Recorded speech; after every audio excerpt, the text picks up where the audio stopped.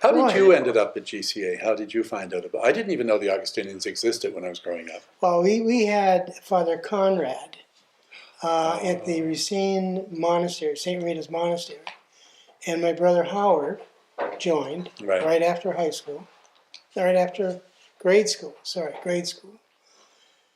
And he was working there for a while, and then they sent him up to Nova Scotia. Okay. And to be a lumberjack with Father Charles. Oh my God. Yeah. And Peter, or Willibald, he joined, and Father Conrad was basically sent out to Ladner, and Peter was with him to start his brotherhood. Okay.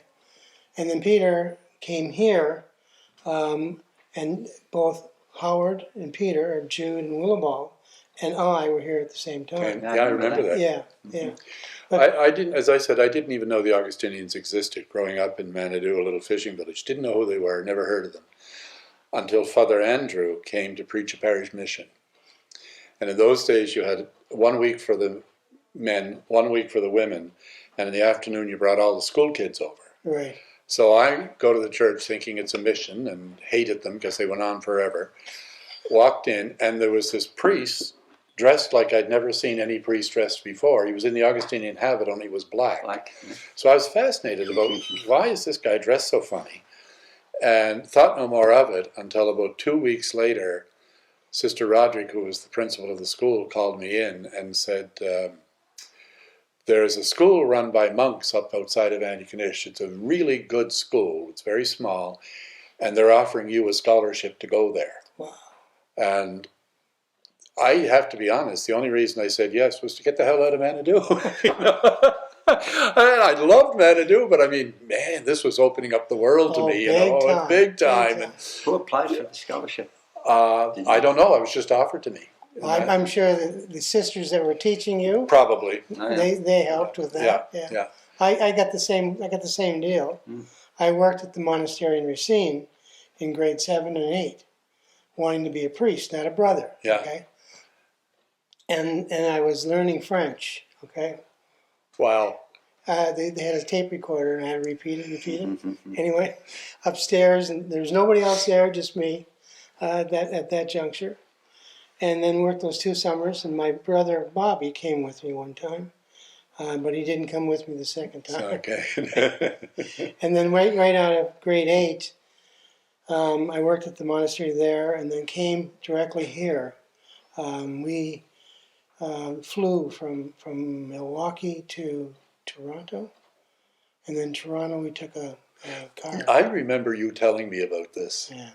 We ended up sharing a room here at one point. In the first year, I think you had upper bunk, I had lower bunk. And you were all excited because it was your first plane trip. Yeah. And you talked about landing in Chicago, and like that seemed like the head of the world. And I remember you talking about that as a kid. That was my first flight. Yeah. And that was part of my reaction when I got here. I mean, I was 13 years old. I was in grade 10. I think academic. Anyway, I was 13 in grade 10.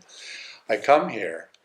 I meet a kid from Wisconsin. There were people here from Toronto. The 2 kids from New York, Tony and Morak and Gregory, from New York, from the Yonkers. I mean, that to me was like a fairy tale. There was a whole gang from Whitney Pier, and I mean a gang. Oh yeah. There were about 7 or 8 of them, and they controlled the place here. Boy, you didn't cross them. But it was people from all over the world, and I was. Then, of course, we had our teachers. One from Philadelphia, others from Germany, Father Anthony from New Brunswick. Like, to me, it was United Nations. So I was so in awe of this place. It was a great opportunity. It was fantastic. Yeah. We got an education here that was probably the best in Nova Scotia. And I mean that. No. Yeah. They're all retired props, pretty well. All retired professors, every one of them with PhDs. But good teachers. Like, they weren't just academic scholars. They were good teachers. And they weren't harsh. There was no harshness to the discipline. No. There was. How long did the school last? 66, 67. I think 54 to 66, 12 years. 12 years. Yeah. Wow. Yeah. When I got here, Father Benedict Lindner was the rector, and Father Cyril had just finished. And it was such a balanced life that the study periods in the evening, you were serious about that. Oh, no question. No, Early morning mass, early morning mass and prayer, breakfast, clean your room, make your bed, classroom. Classroom started. Yeah. But then in the afternoon, sports over at the gym or out in the field. And they served raisin bread and tea. Raisin bread and tea. And there was no milk for the tea. It was just black tea. They Yeah. served it when? In the afternoon? After class. After class? Yeah. That was Anyway. interesting. They had you to assess them. That's what was fascinating. Yeah. That they picked 2 students to interview a prospective student. Wow, that's interesting. But, I mean, that was an amazing vision for That these was guys. Father Louis Campbell. Right? Louis Campbell, Oh, yeah. right. But that's still an amazing vision, Yeah. you know. That's the thing about them. They treated you like adults almost. They treated you with Yeah, respect. they did, very much so. They listened to your opinions. They wanted to know what you thought. And they were superb educators. They really were. Tremendous. I first came here with a sports team, soccer team, where we're From from Mount Carmel. But we're Oh, high playing school, okay. Brookfield up there, and the driver was Frank Ongo, who's a German guy, and he knew the German priest here. He said, "You mind if we stop in the monastery?" So we stopped in, and the chapel was inside the monastery at the time, before the other one was right. built. Okay. And I still remember going in there. We never saw any of the friars, but the peace and the silence was just deafening. I still remember that. So when I wanted to go into seminary, that attracted me to come here. Wow. Then I arrived here and looked around, and here was, like you mentioned before, all the farm-grown stuff and the animals and the sawmill and the whole thing with the retreat house, junior aid, mission band. You know, it was so much. And I said, I can spend the rest of my life here. It was exciting. It was. Then I joined, but then I was here for about 2 weeks. They sent me to Villanova Hall for 2 years. Yeah. And then back for novitiate. One of the things I remember, and I really wasn't aware of the impact at the time, but when I look back on it now, Vatican II was in full swing. And this was Andrew, and Father Andrew and Gregory Baum. Right.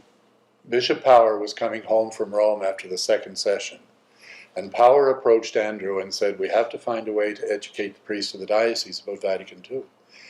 Andrew organized a theological conference here in the gym I remember that. for 3 days, where and the Bishop Power made it compulsory for all the priests. In those days, we had oodles of priests. Mm-hmm. There were over 200 priests here attending this theological conference Mm-hmm. to be brought up to date as to what was going on in Vatican II. Mm-hmm. These were German friars who had left Germany in the 1930s, who had no real knowledge of what was going on theologically in Europe, but who had an understanding that this had to be gone through and this had to be done. Mm-hmm. And it was the first one done in Canada, and it was done by the Augustinians here at St. Augustine's. Wow. Yeah. And Gregory Baum, a Peritus at the Council, and he's here in our gym talking to the priest. So that was the kind of outreach that they had. Yeah, I was in novitiate during the Vatican II, the changes were just coming around. And at one point they changed the liturgy to the vernacular, except the Eucharistic prayer. Yes. And Father Isidore, he says, well, now, these changes, but they'll never change that Eucharistic prayer. And 6 months later, bang, change it. But that year that I was with you for 5 months in novitiate, we were still doing the office in Latin. Right. And I remember every morning, Monday to Friday, from 9 till 11:30, sitting at the table in the novitiate, translating the breviary from Latin to English. And it was every day. Well, never forgot Latin.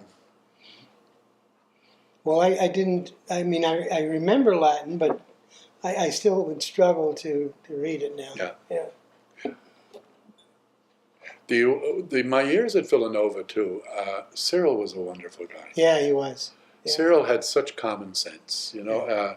You could go to Cyril as a kid, struggling with stuff, and you could sit and talk to Cyril, and there was no judgment. There was no, No. like, just tell me what's going on in your life, and maybe you're not meant for this life, and maybe you, but it was just an openness to discernment. It was, he was a superb guy. They called him a Renaissance man. He was, Yeah, he truly was. Yeah. And many of them were, you know. Yeah.